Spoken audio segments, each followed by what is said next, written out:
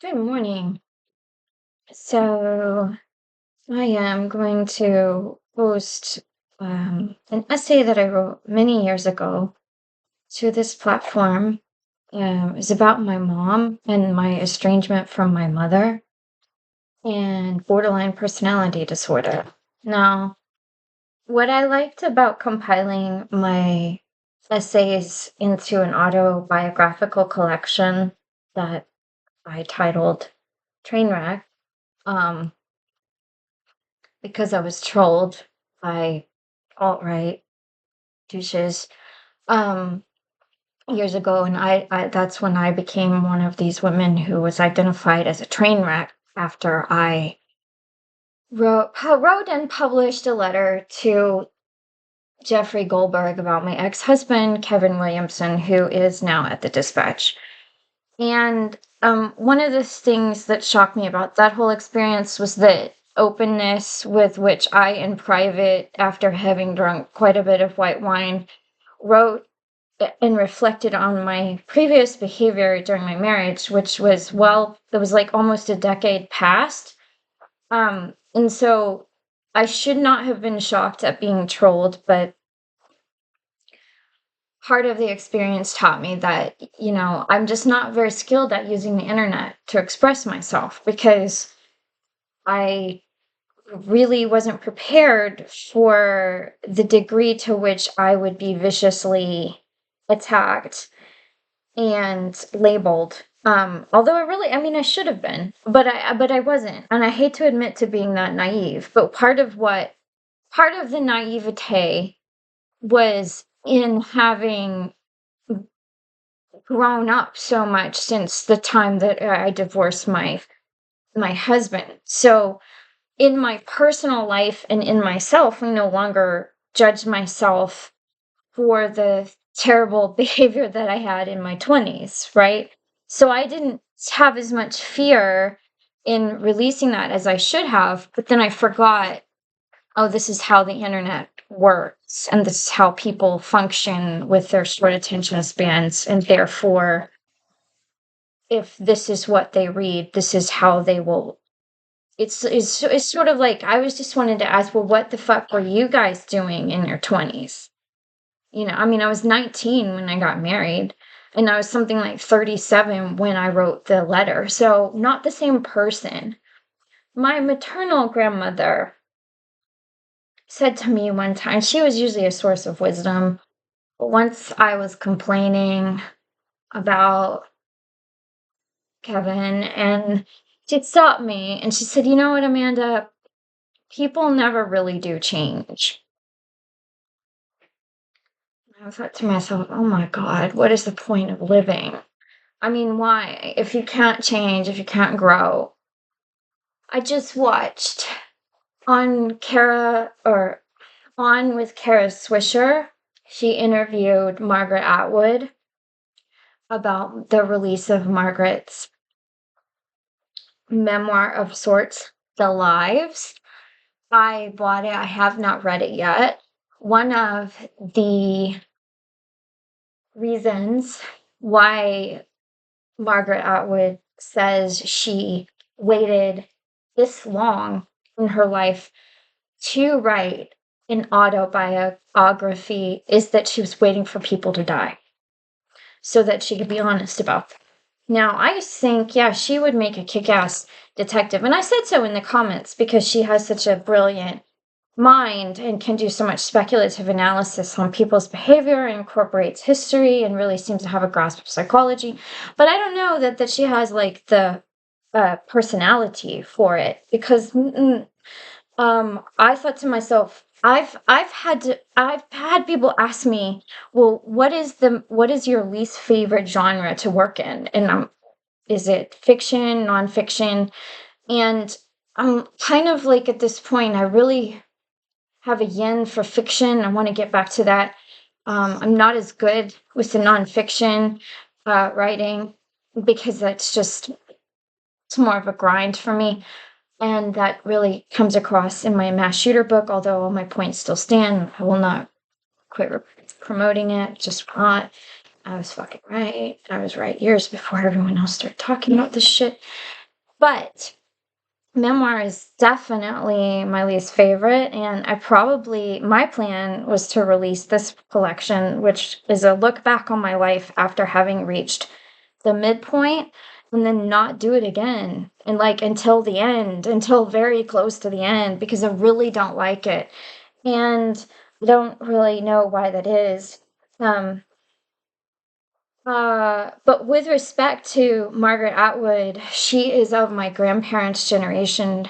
And, she said many times in her conversation with Kara that she was guarded with her life story out of either deference to, or um, she sounds much more agreeable than I am, right? Because I'm a different breed and I'm a different generation.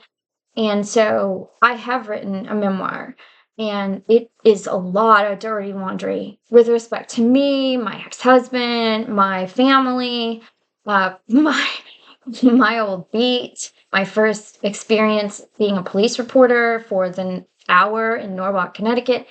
Yeah. And it's gloves off type shit. It's things I wish I could have said but couldn't at the time. It's um family secrets. It's so I mean, I was asking myself, did I do that? Like, did I have as revenge as a motive? And I talk about it in some parts of the book, yes, but moreover, I think it's just we don't know what could happen, right? And my attitude was, yeah, fuck them, right? I mean, the thing that I always do with writers and even media personalities is project. So, so I was really happy to at least learn as much about Margaret Atwood's upbringing without having read it yet, is to take off the table that she had a traumatic childhood. Because whenever I read an author or see somebody who really appeals to me, like I'll give you an example. Evie Pomporis, she I've seen her in interviews and podcasts. She's a Secret Service agent, and she would say in a couple of them, she said, "Well, I grew up in a high stress environment," and I was like, "Oh, did your dad beat your mom too? Because that happened to me." I mean, and I'm kind of like, I see some overlap in our personalities, and no, and because she was raised in the 70s in a high crime area, and her parents were immigrants, right? So, um, long story short, here I am trying to promote my work so I can get more work done. And I'm not taking stuff down because that's been a pattern with me. Um, Putting stuff up and taking it down, either to protect myself. Most of the time, it's to protect myself. But now, guess what? Both of my parents know about my YouTube channel. Yeah, they do. Which I don't know how that's going to play out. I don't know how it's going to go over. I mean, I can't take the attitude. Like I just can't. I can't. I wish.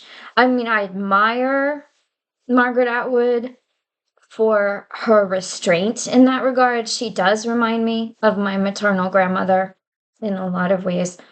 Um, but I'm just not that person. Sorry. And now, unfortunately, we are operating in an environment of social media where confessionalism is rewarded, exploited, and amplified. And I don't want my confessionalism to be like, I just don't know anymore. Honestly, all I've ever wanted is some validation for the skill that I think I display in my writing and the ability to do more of it. That's really all I've ever wanted, is that, just this, well, security too. Money is security. And if this is my wheelhouse and if this is my bag, then yeah. Because no matter what I do in life, I always want to write or always write. and it's very time consuming. So anyway, now my mom has access to my YouTube. So I'm putting this video to accompany the essay that I wrote about her and our estrangement and how necessary it was for me at one point. And what I will say now is that it's necessary at first, and I've kind of reached a point in my healing journey where it's no longer necessary. But I see a lot of advice and a lot of the popularization of, let's see, YouTube therapists, right? So instead of, I've talked about this before, instead of going to therapy, a young person can just scroll TikTok and get endless content, even from licensed therapists. And I think that's really problematic. It's cheaper, so that's going to happen. But one thing that I would say about my estrangement from my mom is that it didn't last forever.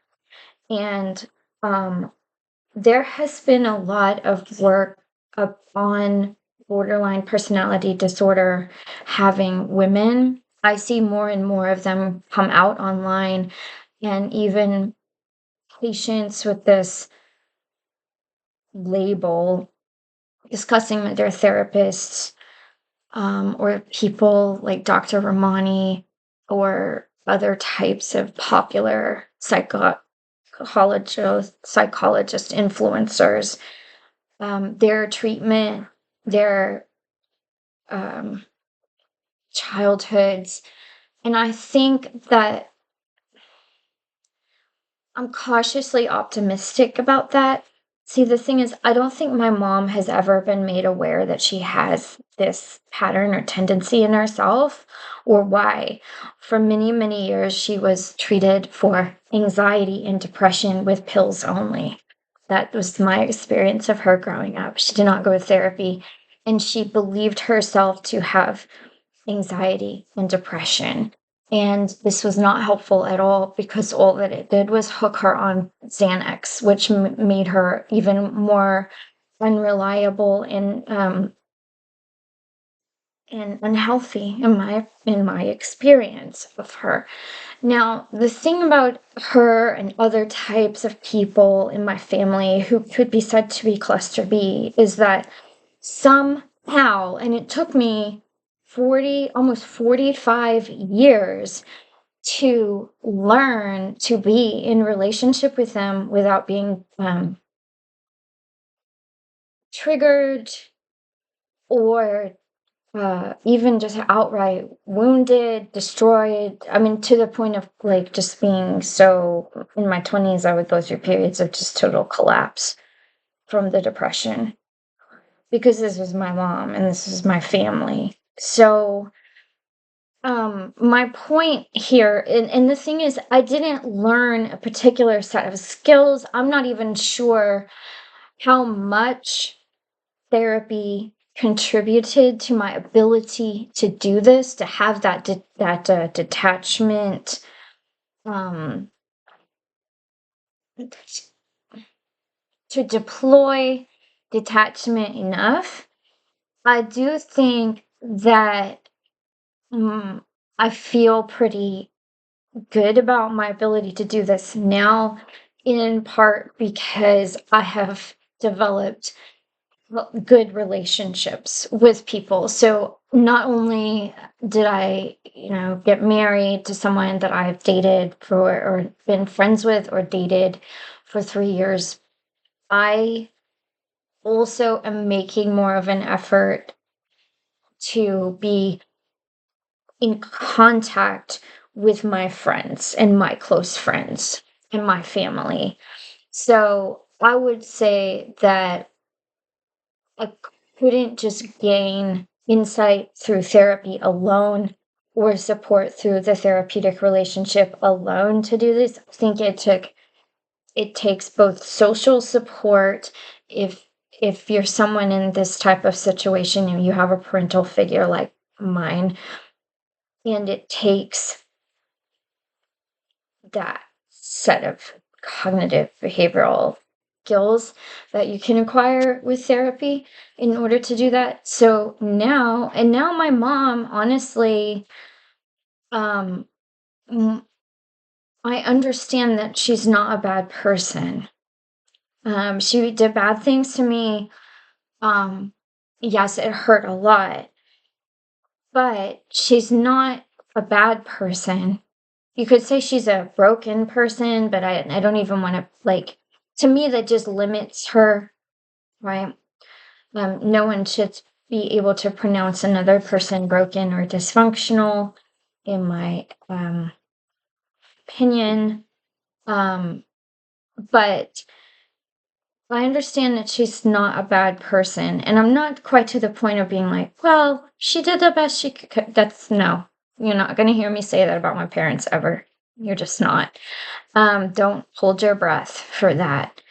But I understand that she operates out of these parameters, and there's absolutely nothing that I could do in terms of revenge, in terms of there's nothing I can do that would be worse punishment than the life that she leads, because she's terribly, terribly isolated, lonely, and there's just no point in my anger or resentment anymore. There's no point in it, you know? So, um, what else was I gonna say? Oh, yeah, and she's not actually that terrible to me anymore, because we did go through this phase where I was absolutely horrible to her over the phone, and I talk about that in another video on my YouTube channel. And then that ran its course, and now, she's old. She's old. So I realized with her that all my tantruming at her and attempting to even the score, like teach her, like, this is how you were to me. This is my experience of you, and I'm going to push it back. I'm going to mirror you. That would never fly. Because one, when she did that to me, I was a child. So I cannot equalize the situation, right? I cannot hurt her to the degree, because I don't have the power. Power differential is not there. And never will be. So there's no point in that. So I abandoned that strategy. And two, now she's so old. She's in her, she's 74, right? And eventually it just looks like I'm just, to myself, to everyone else, it just looks like I'm picking on an old person, because I am. So I cut it out. It's hard to put it down, but I'm going to. And she's so, like, so I've talked about how I have a different relationship with my mom than I do with my dad. Yeah, my dad wasn't emotionally savage to me, and tend to have a daddy's girl personality because of it. But my mom was the one who actually put in the work, and remains the one who puts in the work. For example, years ago, I needed money to have a deviated septum corrected surgically, and I found an ENT who cut me a really good deal. And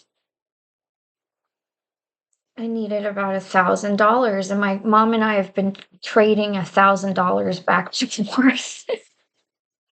So my mom is pretty poor. She's pretty dirt poor.